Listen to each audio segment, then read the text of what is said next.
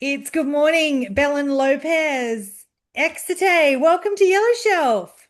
Thank you. Thank you for having me. I'm so excited to be here. Oh, I'm excited to have you here. Your book is out now. It's available now. From Me to Me, a very clever book, a blend of, I guess, memoir and poetry. It is a fabulous book. Belen, tell us all about it. Yeah. So, yes, it's a bit of my story. So, basically, I'm Argentinian. Now I'm living in Australia, but I was living in Barcelona before coming to Australia. So, it was kind of a process moving from one place to the other. And basically, the book talks about that experience of being a migrant, of finding my new home, of heartbreak, because that's what I had to go through before moving to Spain. And then, yeah, finding my own place in that new country, following your dreams, and all the hard parts of following a dream that is not always easy, it's not a straight path to get where you want to be. And then reflecting from Australia on all of those stories, because I was kind of doing it all over it again. And then it gave me a new opportunity to reread what I had written while I was there. It was just my diary. So it wasn't, the idea wasn't to write a book. I was just trying to find a way of express myself.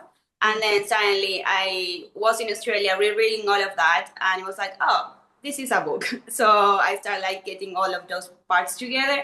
And so it's a really raw material because of course it went through editing and like publishing process, Mm. but it was still part of my diary. So you'll see my real self with no filters at all. Yeah, and that's fabulous. And I mean, I haven't. I read you've lived in like 30, or not lived, sorry, you've traveled to 35 countries, like you mentioned, lived in at least three. And I've lived in another country when I was in my 20s, and your book made me reflect on some of my own journeys as well. Obviously, reading about yours and your heals and heartbreak and, the journey that brings. But it made me reflect on some of mine as well. And I think that's very clever in the book, what you do. I think from well now it's been out for like a month or a bit more. So I started having like some feedback, friends, family, and some people I didn't know. So that's good. I started having like that feedback from unknown people that could, yeah, first of all, recognize themselves in that story. Yes. No matter if you were a migrant or if your family, like if you come from a migrant family, like you find something there that will talk to you. And then, as you were saying, from that, as I kind of reflect on that as well, and I like go through that process of reflecting, I think they got the opportunity of ask themselves some questions and be like, oh, all of this.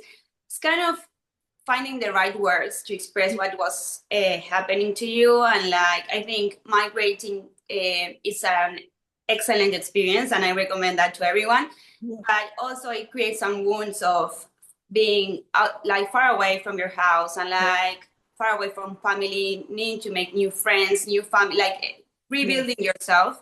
Yes. And as it's a great opportunity because you can be whoever you want to be, but also it creates those wounds that I think people can connect with those through the book, but Yes. also always reminding them that it's a cool thing to do. It's fun. It's still like Yeah. an amazing opportunity, and it's not just like the sad part of migrating. Because I think I was like really conscious of not keeping just like the I don't want it to be a drama. I want it Yeah. also to show like this can be fun as well. And like, I think that's why I added like that reflecting part because it allowed me to see where all of those wounds and like pain or suffering took Yeah. me and why I was where I was. Yeah.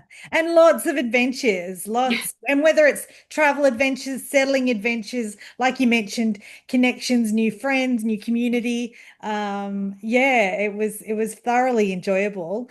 Belen, do you want to tell us a bit about this is a debut publication for you. Tell us about your journey as a writer. I get the impression you've written a long time in your life, and this is just the first step into publishing. So yeah, I'm an accountant in my day Oh, job. So yeah, really far away from writing, but I always kind of have like these needs of finding like the right words to express myself. So I think the the thing that I could see my whole life was this need of expressing myself. And then I had to do a lot of healing to understand that everyone can be creative and everyone can write and everyone can paint, and like the result is not the main thing, it's just like the process of going through that.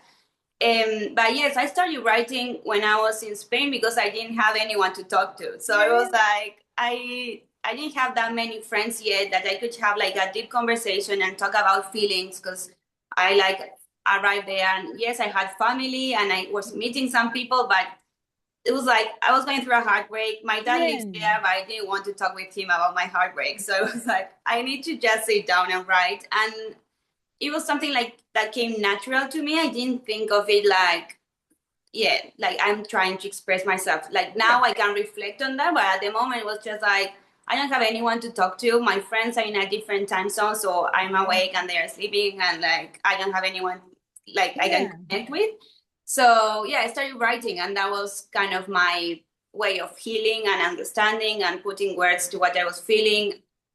But yeah, I like some authors like can say like, ah, I wrote for my whole life, and I was like always gonna like it wasn't my case. I was just Yeah. like I need someone like something to understand what I Yeah. was going through. It was so big that Yeah. I didn't have any tools to go through that, and writing was the tool I found. So yeah. Yeah.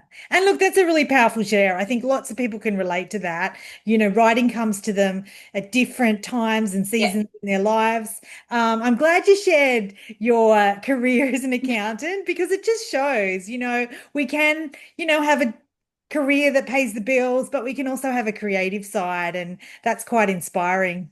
I think nowadays with like all these careers and jobs that are not that creative, and it's like you, especially being an accountant, I was a tax advisor, and it's like yeah, doing tax returns is not a creative job. So Yeah. I think it was that need also that kept me going with writing. So once I could understand what I was going through, I kept writing, and like I kept doing my morning pages and my journaling. Like it's something that once I got used to do it, like I couldn't stop. So like even though I had like this no creative job, I think we all need like that space where we can be creatives, and we can create things no matter what it is. So I think I talk about that in the book a bit more, how like people can express themselves no matter what they choose to express those feelings. So some people will dance, some people will write, Yeah. some people will paint, some people will talk, some people will Yeah. cry. But it's like